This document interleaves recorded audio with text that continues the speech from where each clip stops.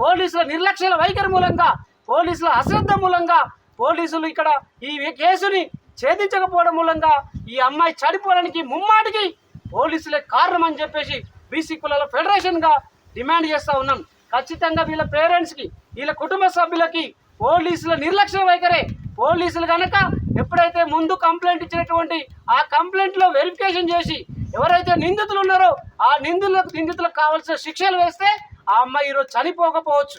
ఆ అమ్మాయికి ధైర్యం ఇవ్వకపోవడం, ఆ అమ్మాయి కనీసం మేము బాసరగా ఉన్నాం, మేము ఆసరగా ఉంటాం ఒక పోలీసులు కానీ చెప్పకపోవడం మూలంగానే ఆ కుటుంబాలకు పెద్ద దిక్కు లేక, ఆ కుటుంబ పిల్లలకు న్యాయం ఎక్కడ జరుగుతుందో తెలియక ఈరోజు ఆ అమ్మాయి ఉరిపెట్టుకుందంటే ఉరిపెట్టుకోవడం కారణం కుటుంబ సభ్యులు కాదు, ఆ యొక్క దుండగులు చేసిన చర్యకు,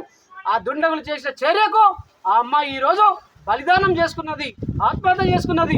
దీని వెనకాల ముమ్మాటికి పోలీసుల నిర్లక్ష్య వైఖరి కనిపిస్తూ ఉంది. ఆ తల్లి మాటల్లో, ఆ తల్లి చెప్పినటువంటి మాటల్లో ఒక బాధాకరం, విషాదకరమైనటువంటి సంఘటన కనిపిస్తూ ఉన్నాయి. ఇంత సిగ్గుమాలేటువంటి పోలీసు వాళ్ళు సిగ్గు లేదా అని అడుగుతూ ఉన్నాం. ఇలాంటి పేదవారికి అన్యాయం చేస్తే న్యాయం జరగకుండా వాళ్ళ దగ్గర డబ్బులు తీసుకుంటారా? డబ్బులకు కాసులు కక్కుర్తున్నటువంటి కాకి కుండాలు మీరు కాకిలా, లేకపోతే పేదవాళ్ళకు న్యాయం చేసేటువంటి మీ యొక్క సంగతి మేము తెలుసాం. ప్రజా కోర్టులో తెలుసుకుంటాం, హ్యూమన్ రైట్స్కి వెళ్తాం, హెచ్ఆర్సీలో మీరు ఫిర్యాదు చేస్తాము. పోక్సో చట్టం కింద ఎవరైతే దుండగులు ఉన్నారో ఆ దుండగులు మిగతా ఇద్దరు ఉన్నారో వాళ్ళ దుండగులు ఖచ్చితంగా పట్టుకురావాలి. ఆ పేదవారికి న్యాయం చేయాల్సి ఈ ప్రజా సంఘాలుగా డిమాండ్ చేస్తూ ఉన్నాం.